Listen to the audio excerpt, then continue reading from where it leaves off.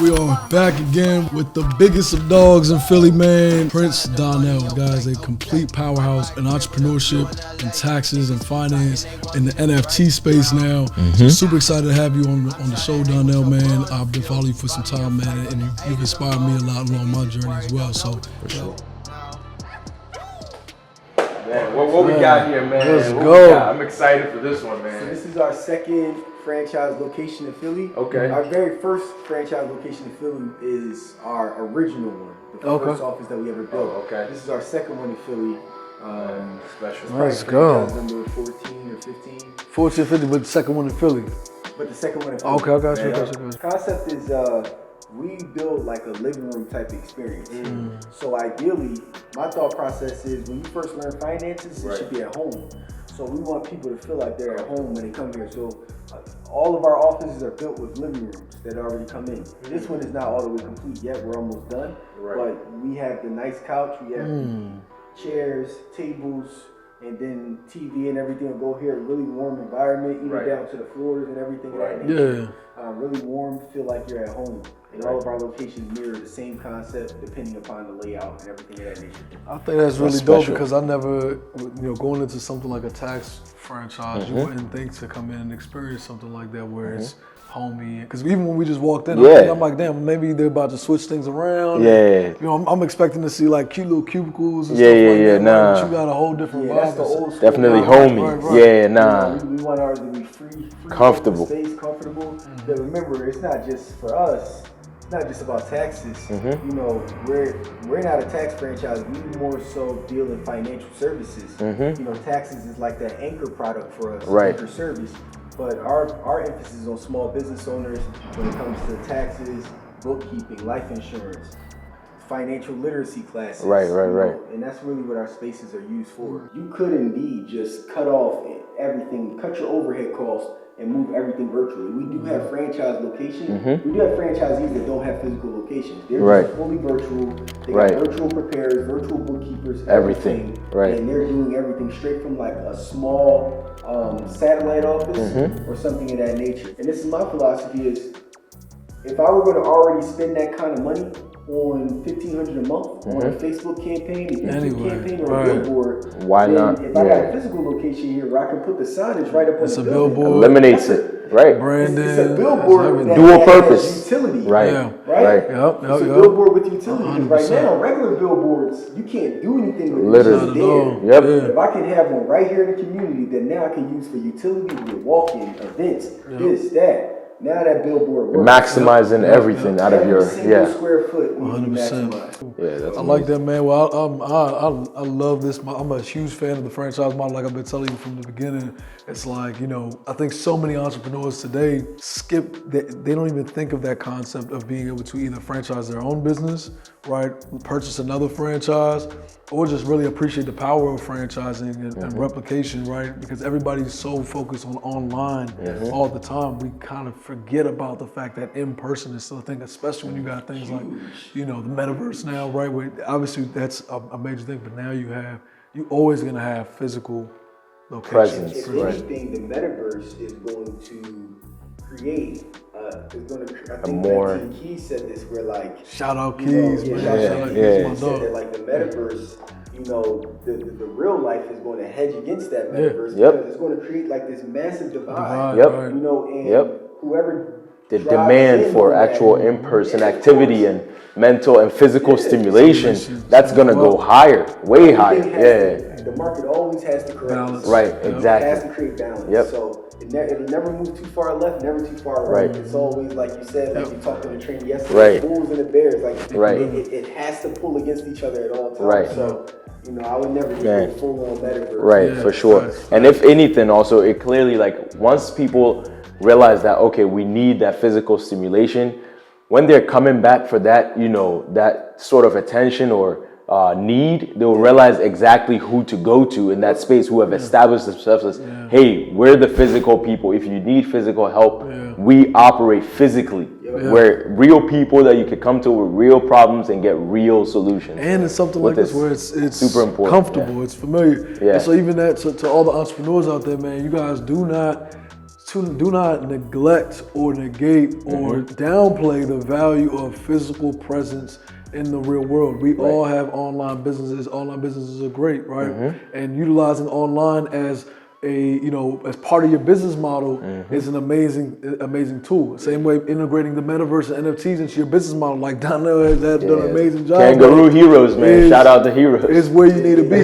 But physical presence is something you just cannot overlook, man. Right, it's a powerful franchise. We're gonna dive more into the numbers behind franchising and what makes it such a powerful tool and powerful version of entrepreneurship for you guys in just a second, man. So y'all stay tuned for that, man. Donnell, appreciate it. I don't know if you want to head to another location or where we going? Yeah, go ahead to another location. Cool. Okay. Just so I don't forget this point before we end off. Right. Every new innovation is just an extra strategy that you're adding to Right. your business model. Right. Not something to just say, I'm about to just Completely eradicate everything else you have. No, it's just a strategy. Right. Like, for example, you got the internet now, okay? We have our physical locations, but now, like I said, we do 80% virtual. So we just added the physical location, just said, okay, cool. Now we're offering a virtual option. Exactly. If you don't want to come inside, that's there. But the physical location is still here. Then Right. virtual. Okay, now with NFTs, you're not going to go fully like... Right. Yeah. Just eradicate everything else we had. Just continue That's to key. add. That's key. Just have strategies. Right. Just have a strategy set forth for the innovations, not completely blow up your entire business. Right, for sure. You definitely have to be able to pivot. When the time comes, you have to make sure you're able to pivot. Shout out, Fred Taylor and them boys at the Pivot, but you have to be able to pivot in situations where you're able to, adapt and then build on top of whatever you already have, man. That's super critical. That's a cheat code right there. That's a major cheat code, man. Let's go. All right, cool. Let's go ahead and head up, man. Appreciate you, bro.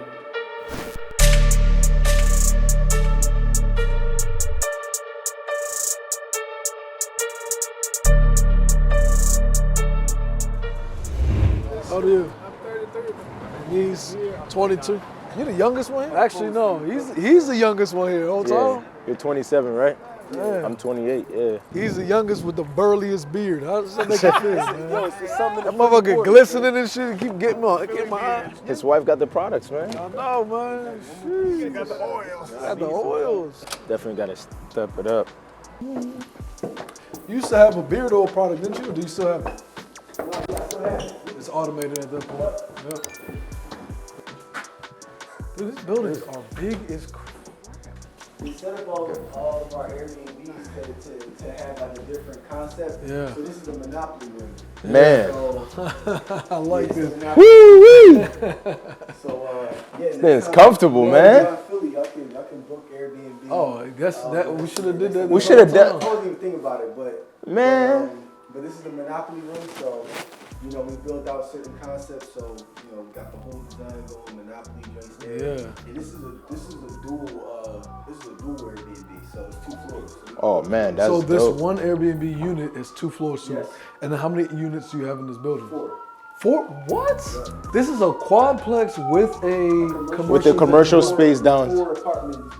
Yo, this building didn't even look that big. That's what I'm saying. From the outside, it like. Y'all didn't see 1, 2, 3, and 4. Y'all was coming. I saw it, but wasn't even registered. Yeah. So you got 4 units. So this is a it's basically quadplex. It's a 5. Technically unit 5 commercial rooms. property. Yeah. And how much did this property cost? The construction Valuation. development Yeah. process probably was like about $500,000. This property is now worth about 1.4.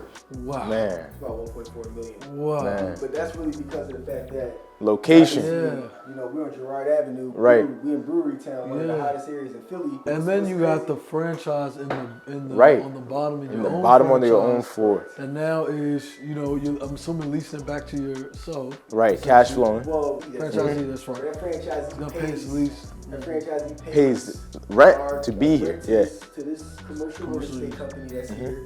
They pay the rent, and then of course you also have your royalty fees from Of course. the actual. And so this building It's right here a is cash flowing asset machine. through and through. Good God. Through and through. The appreciation And the Of appreciation. that. And the real estate tax benefits. That is how you. That's, Oh, my that's how you goodness. do it, man. Yeah. That's how you do it. Now let me ask you this, man. Who does the design work here? Right. Oh, my wife. Yo, I was about to of say, course. you gotta, it's always the lady. My wife, she's amazing. So, Now, how is this your? I'm assuming this hasn't been your first venture into real estate. no. So what was that? What's your The one that kicked it off. And what was our first property?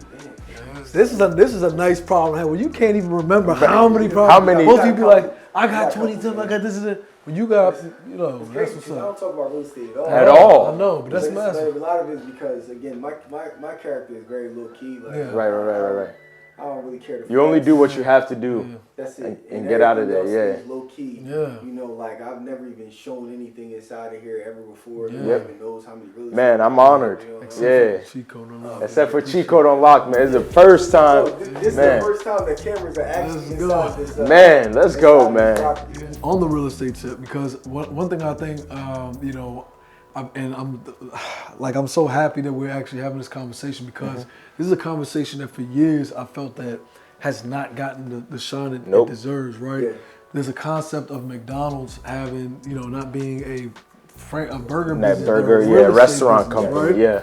And we talk about that, we've seen that, Yes. but so many people do not understand the power of franchising and real estate in combination. Real and life. how it's, That's real life. and that's why I'm excited to have a conversation with you. So, Right. you Real know, life. on that end of things, you know, getting into the real estate side, like, you know, what does it take for somebody to, you know, kind of navigate that space? Because it's multiple skill sets, Right. Franchise entrepreneurship and real estate construction, All in and one. investing. You know, Team.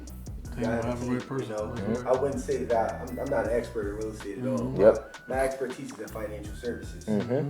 Obviously, I also as an investor too, which I don't talk much about just on social media, but my expertise in financial services and in investing.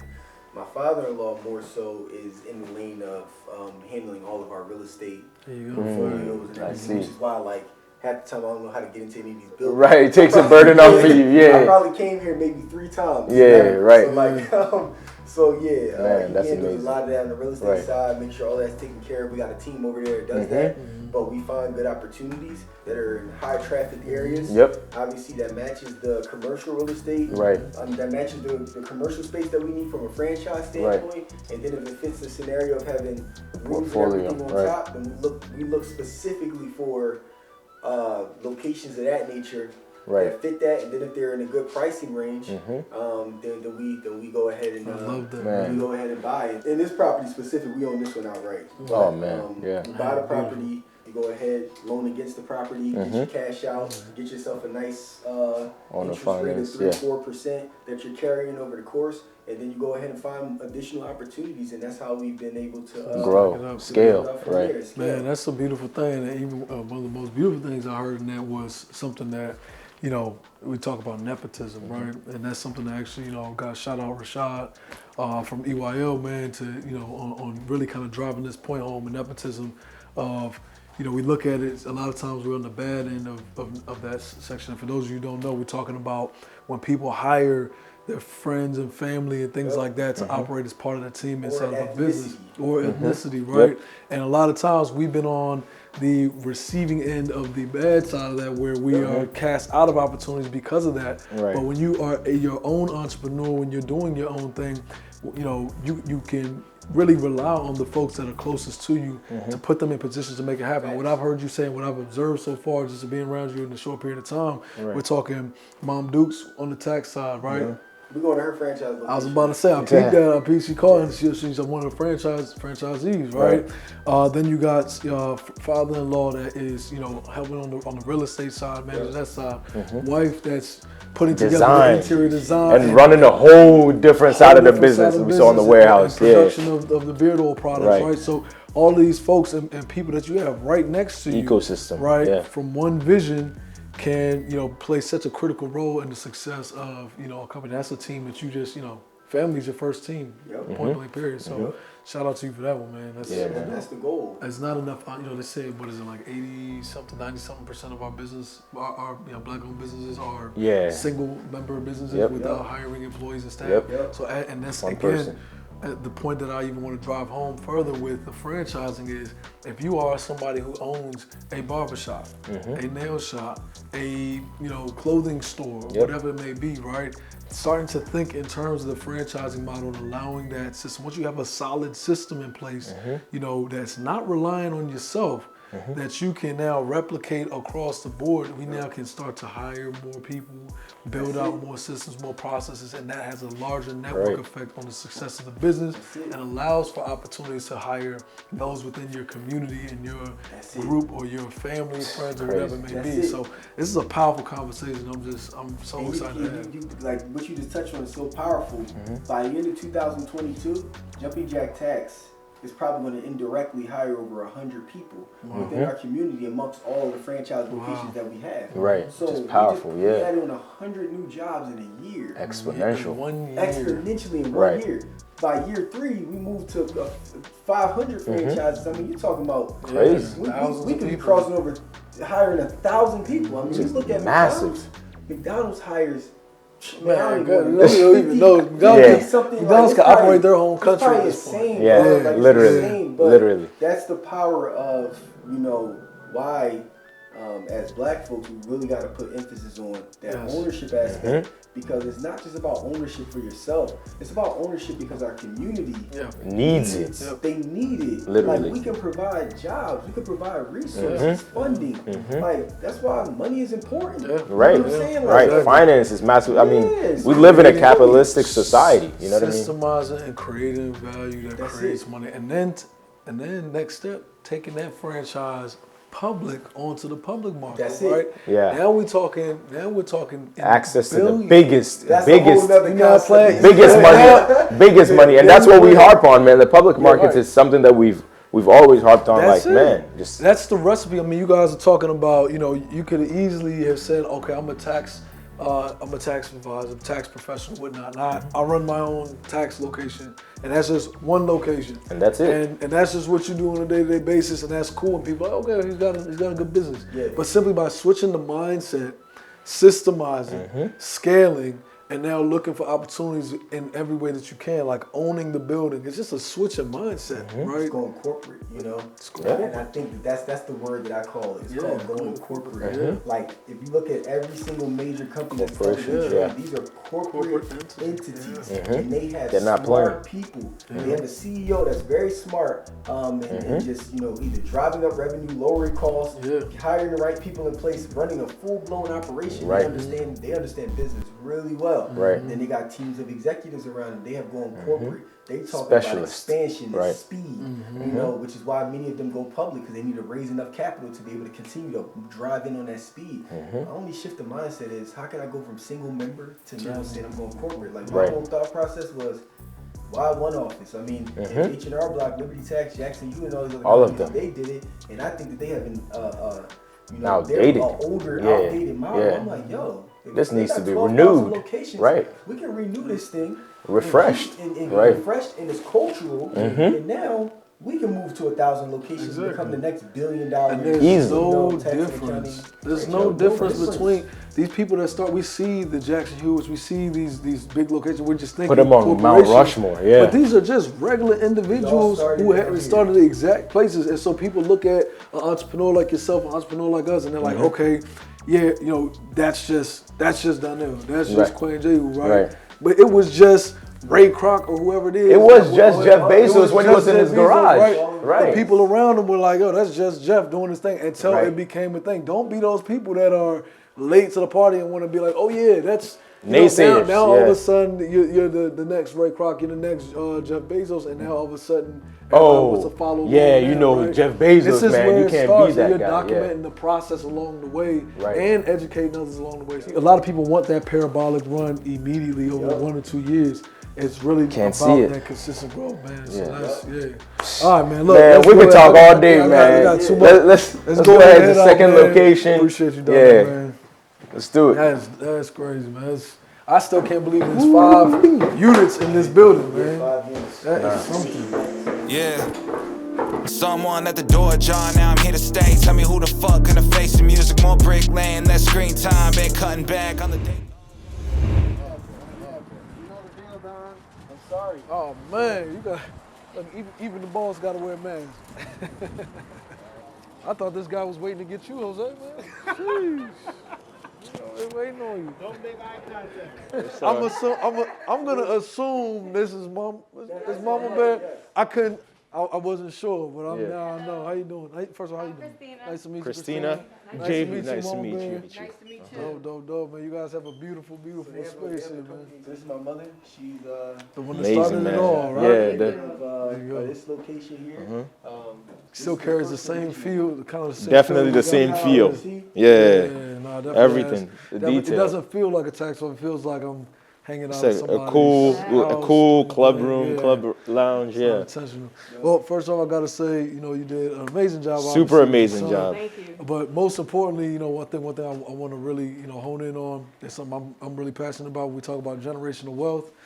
It's not always just about physical assets, but also information. And he was telling us how you introduced him to the tax space at a young age, 13, 14. My dad did the same with me in the stock space, teaching me stocks at 13 years old. Yeah. And that set me on a path to where I'm at now. And same thing, so definitely I commend you on that. 'Cause For sure. I think that's something we all got to really hone in on with our kids, is making sure we Yeah. pass down the information, whatever Right. that skill set may be. So, yeah. Right. Thank you. I appreciate man. that. For sure, man. sure. You guys got it going on. It's I love the branding too, man, and the type of even the fonts is just very common, not too harsh and things like that. All those little details, man, plays a huge role. This is the very first. The very first one. location, Y'all are sitting in like the old man, the Mecca. yeah. Like OG, Yeah. As y'all can see, the space is efficient still. Right. 1,200 square feet. We don't have huge spaces. We Right. want it to be enough to use every square foot that's here. And You guys do the same thing that you doing with the other one? Or do you have residential on the top, or Correct. is it strict? Oh man, okay, Correct. there you go. So same thing as the other. Same thing as the other ones. We own this building as well. So commercial space here. We got Residential. spots upstairs. And what's interesting about the spots upstairs, that's actually not they're not rented out to the public. So our team lives upstairs. Like wow. people from our team live upstairs. So Wow. Man, that is really Legendary, dope. man. That is legendary. We're talking about community being around Yeah. 24/7 and building like a hotel room. yeah, This is the upstairs. exact. So they got apartments up there that they can live in. And again, Man. going back to that family type of vibe, Culture. man, is everybody, setting the culture. I think that's one thing, man. A lot of people we just overlook it, man. I can't hone in on it enough about online. Is that you can't really build that same type of culture, that same No. type of family feel via online. I think our team we operate primarily online. Right. And we've got as much as a family feel as we can get. Right. You know what I mean? While being online. But I Right. mean, it would be a whole different scenario if we So it's in person. had in person, type of thing. And Yeah, that's- man. we've seen that actually once we did get our first in-person office. Yeah. It's like everybody just came together Crazy. instantly. We operated for like 2 years. Nobody even knew each other. All we knew each other was on Zoom. First time we even met Rinaldi in person was like a couple weeks ago when we started doing this. And I Right. mean, we spend all day talking to each other. So yeah, that's amazing, man. Yeah, It's man. amazing. So, And then, like I said, 80% of all of our businesses is virtual. So in this Still particular virtual, case, yeah. for my mother, all of her professionals are all virtual. Yeah. So she has her space. She's here, but then she runs everything Virtual. She runs a whole virtual. team. All of her Yeah. whole team is virtual. yeah. Man, that's amazing. That's how she runs it like that. Right. Yeah. So, So it's almost like the team leaders are in person and then everybody to else be able is- to Yeah. consistently communicate effectively Yeah. and then disseminate that information down to the virtual team. That's Got it. amazing. You got it. Yeah, I that's like something that. special. And then part of the issue right now that we're currently dealing with in our culture, well, I'm sorry, in the economy, is that Right. people are demanding to work virtually. Right. They don't want to come in. So Yep. part of this kind of similar to what happened here was that she was able to find a whole bunch of preparers Oh, yeah. virtually. But when they like, hey, can you come in? Nah, I don't want to work. Right. I don't want to come inside. So we It's had like, to okay. really pivot the business model in a matter of like 60 days Right. of like finding an entire virtual staffing rollout because people literally don't Want want to to come in? Yeah. come inside. Yeah. No, I've seen I think that. over Yep. time that's going to bounce Go back back, out. yeah, again. It's right. gonna come back Right. to Because the everybody. COVID is really, Yeah. Right now, even with those COVID barriers, even schools are now starting to accept kids to come in without masks and things like that. And then even different countries, to that same point, are now cutting down work days from 5 days a week to 4 days a week, just because people have gotten so used to being virtual that they don't even see the value of being in person. But you know what though? Funny enough is that even though people have been, used to staying home, a lot of people also had and still have almost like a depressive reaction to it, because a lot of people get their social interaction from the folks that they work with in their co-working space, right? Like my dad. It's like a second family. Yeah. He spent 20, 30 years going into the office, dealing with people. They had their routine. They go out, they get lunch, they do this type of stuff, they come home. Happy hour, et cetera. And then all of a sudden you take it away, and now they're just sitting at home, and they're like, okay, they do their work, and then that's it. Right? And so there's even that kind of intangible part of it that a lot of people haven't, we measured. As a society, we don't factor in that, the people you work with are some of the people you spend most of the time. You spend most more of time your life around the people you work with more than you do your own family a lot of times. Exactly. So, I think that again kind of goes back to, a balance thing. I think right now we definitely have that, but over time I think, the work environment is going to be more kind of family, oriented, kind of closely involved, and I think you guys are which definitely you already, leading that space and making that happen. So that's phenomenal. Oh yeah, you want to work virtually? Go upstairs. You in your apartment. Log into your laptop from upstairs. All right, man. Appreciate you down there. Let's head back. We can get to the actual podcast.